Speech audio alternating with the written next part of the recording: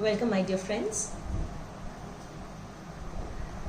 Today we are going to look upon a new topic which is operations research, which is popularly known as OR. What is operations research? The term operations research or OR relates to the military operations during the Second World War. Scientists used various techniques to deal with strategic and tactical problems during the war.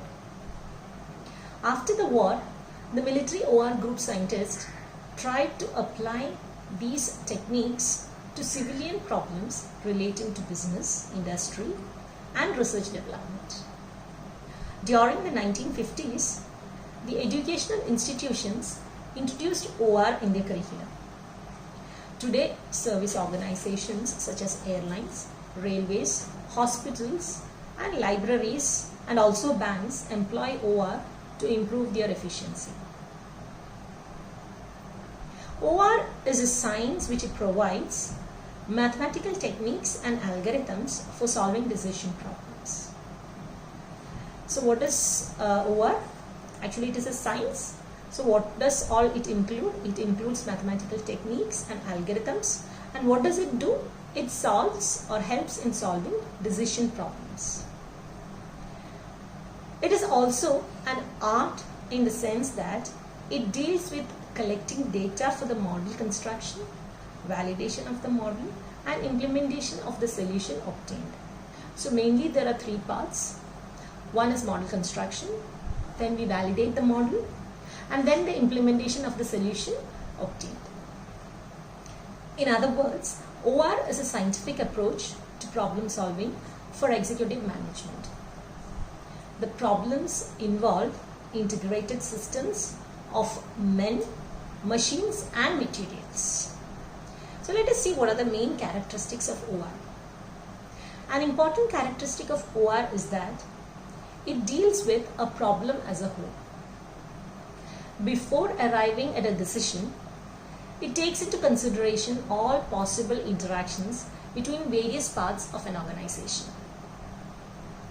For example, if a problem on inventory management is taken, the production department will be interested in continuous production so as to reduce the setup cost and also the maintenance cost. But this will give rise to problems in finance, marketing, and other departments. Hence, it is necessary to analyze the factors affecting all parts of the organization and prepare the mathematical model. A solution to this model will optimize the profits of the organization. Another characteristic is that OR involves a team of experts from different scientific and engineering disciplines. After a careful analysis of the problem, a suitable mathematical model is prepared, and this model is solved using scientific techniques. Thus, a decision or a solution is obtained which gives the optimal solution to the problem. The importance of OR has been felt very much in industries. The inventory management, the production of equipments, deterministic and probabilistic decision making in the resource allocation, production planning, sequencing of jobs, assignments of jobs to machines, and so many other problems are solved using OR techniques. So there are different kinds of problems in the industry which uses various techniques of OR for solving their problems. So what are the different phases of an OR? So OR stands for operations research. So first step is always the formulation of the problem. First, we have to identify the objective, the decision variables, and the constraints involving the variables. After that, a mathematical model has to be constructed with an objective function to be optimized and constraints in the form of inequalities or equalities. The solution of the model can be obtained by analytic, iterative, or Monte Carlo method depending on the structure of the model. These mathematical models are absolutely free from the influence of qualitative or emotional human factors which affect decision making. So mainly we start with the formulation of the problem, and it consists of two parts. It's having a main objective function which you have to maximize or minimize, that's optimize, followed by the certain set of constraints that you have based on the problem. And the next phase is going for the solution. And while going for the solution, you can use different techniques depending upon the nature of the problem. So what are the main scopes of studying this OR? Because anytime we study a subject, we need to know what is the scope of the subject in various other fields, which helps you or keeps you motivated in learning it further.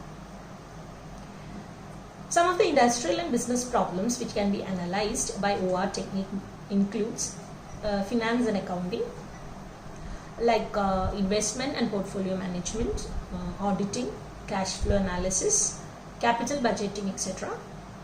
Now in marketing, the product mix, marketing planning, sales, allocation and assignment, advertising and media planning, etc. Now in purchasing and procurement, optimal buying, reordering, transportation, replacement, etc.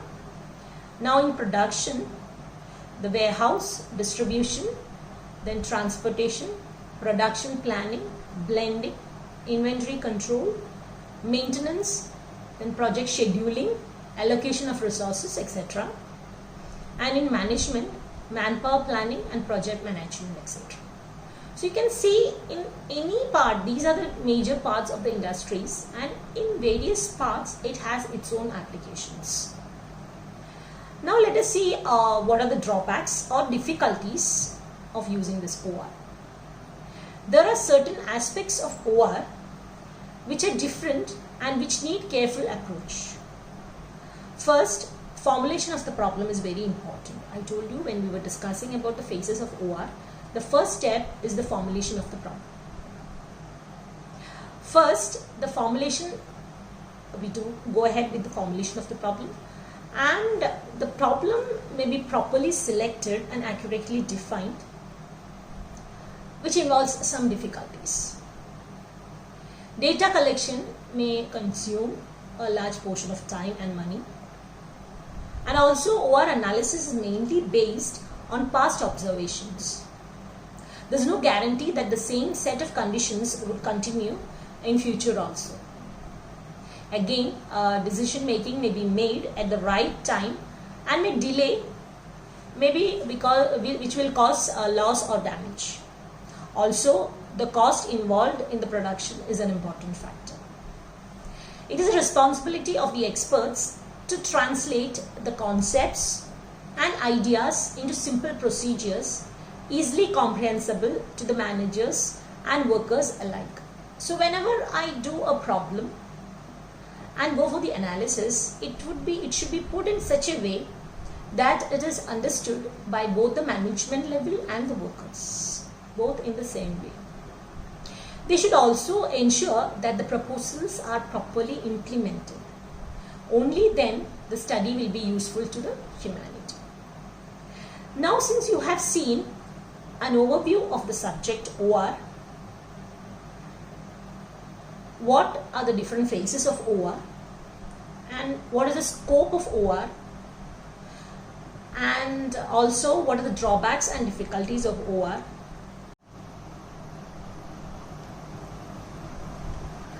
Now let us go ahead and see what linear programming is. Linear programming is one of the various techniques of optimization. So what is optimization? Optimization is the maximizing the gain or minimizing the loss. So it can either be a maximization problem or else a minimization problem. So what would we like to maximize? Maybe we would like to maximize production or else the profit from the marketing, and we may always try to minimize the loss that is going to happen in any area. It deals with problems of allocating limited resources to obtain a desired optimal solution subject to a certain set of constraints. And that given set of constraints is called, the given set of conditions which is in the form of equality or inequality is called the constraints.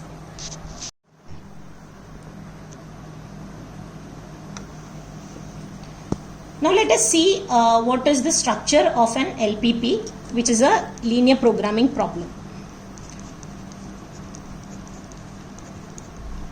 So linear programming problem in the short form is called an LPP. So which are the, actually you have three main parts in an LPP. The first part is your objective function, which you denote by, this is the standard notation, z is equal to c1 x1 plus c2 x2 plus etc. cn xn. So this is called your objective function. Then you have a certain set of constraints. Here I have denoted, this is standard way of writing, so I have written m inequalities or equalities. So a11 x1 plus a12 x2 plus etc. a1 and xn is less than or equal to or greater than or equal to or equal to. So you can have any one of them depending upon the nature of your problem, is equal to b1. So these are the constants on the right hand side. In the same way, these coefficients of your objective functions are also constants. Now, so you have m equations, this 1, 2, 3 etc. m equations, which can either be equalities or inequalities, and you have constants on the right hand side.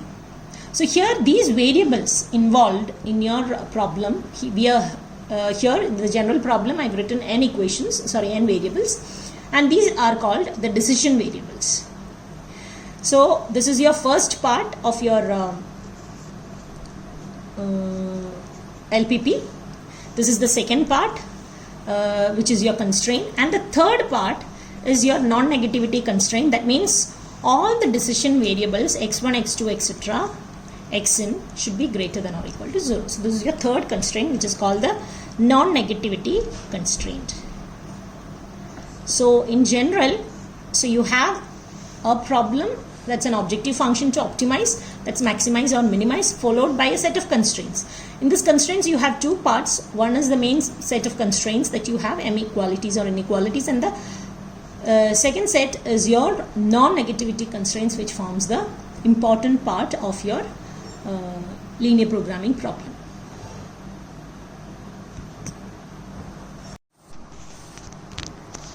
Now, you know what is the main structure of an LPP. As I've told you, you have a function to optimize, that is your objective function, then followed by a set of constraints. It can be equalities or inequalities, followed by non-negativity constraints. So you have three parts, and you know how the LPP looks like. Now first come, as we were discussing the different phases of LPP, first comes the formulation of an LPP. Then comes solving it. You can use different techniques for solving. We'll see one by one. So now, before going to formulation, let us understand what is it. So given a situation describing the availability of resources and conditions and the object to be optimized, we have to convert it into a mathematical model. So the given problem will be a real life problem to you. You have to identify the variables, your decision variables required for the model, and then we have to construct a mathematical model, which is your linear programming problem, which I have just explained to you. So this process is called the formulation. That means given a situation, you know the availability of resources and other conditions of the object to be optimized, and then we convert it into a mathematical problem, and this part is called the formulation part. And there are mainly two steps. First step is you define the decision variables and then write the objective functions. See, you have one objective function and you need to first define the decision variables which is required to write that objective function. And second step is expressing the conditions of availability of the resources in the form of linear inequalities or equalities using the decision variables. See, you have only linear equations or inequations involved in this, and hence the name linear programming. So here the entire problem, the objective function and the constraints are all linear functions in your decision variables. You may have n equations or n variables. So let us see one example so that it will be clear to you. So the first problem is the product allocation problem. So as I was discussing, let us see the first example, which is a product allocation problem. Let me explain the problem first. A company manufactures 3 items, let us call it A, B and C. And these 3 items are processed on 3 machines, M1, M2 and M3. The time required for each product in each machine is given in the tabular form. I'll show you the table. Also, the total time of availability of each machine is given. So this is the table.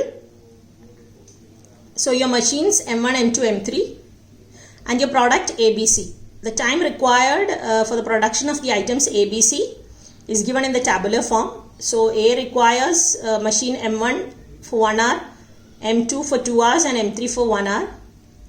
B requires M1 for 1.5 hours, M2 for 1 hour and M3 for 2 hours. And product C requires 2 hours of M1, 1 hour of M2 and 2 hours of M3.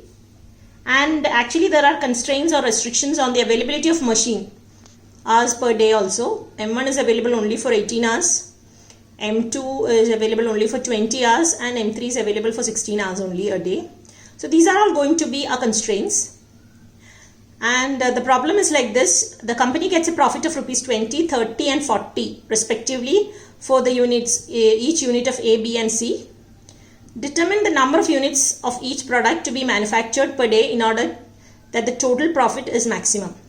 So here if we see, you have 3 products and you have to maximize the profit.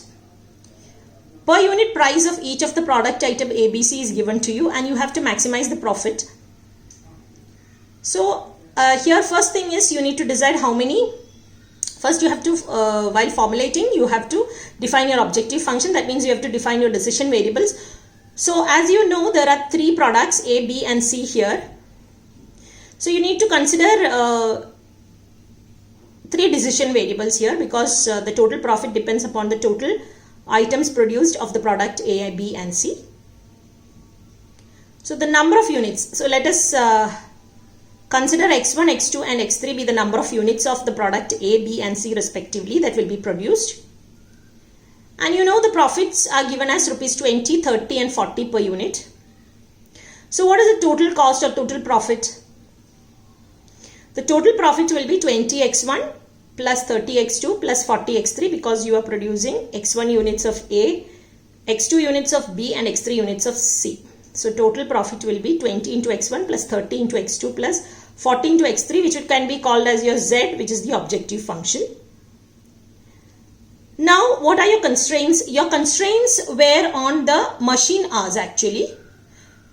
So you know that M1 machine is available only for 18 hours. You have to produce both A, B and C in such a way that the total should not exceed 18 hours.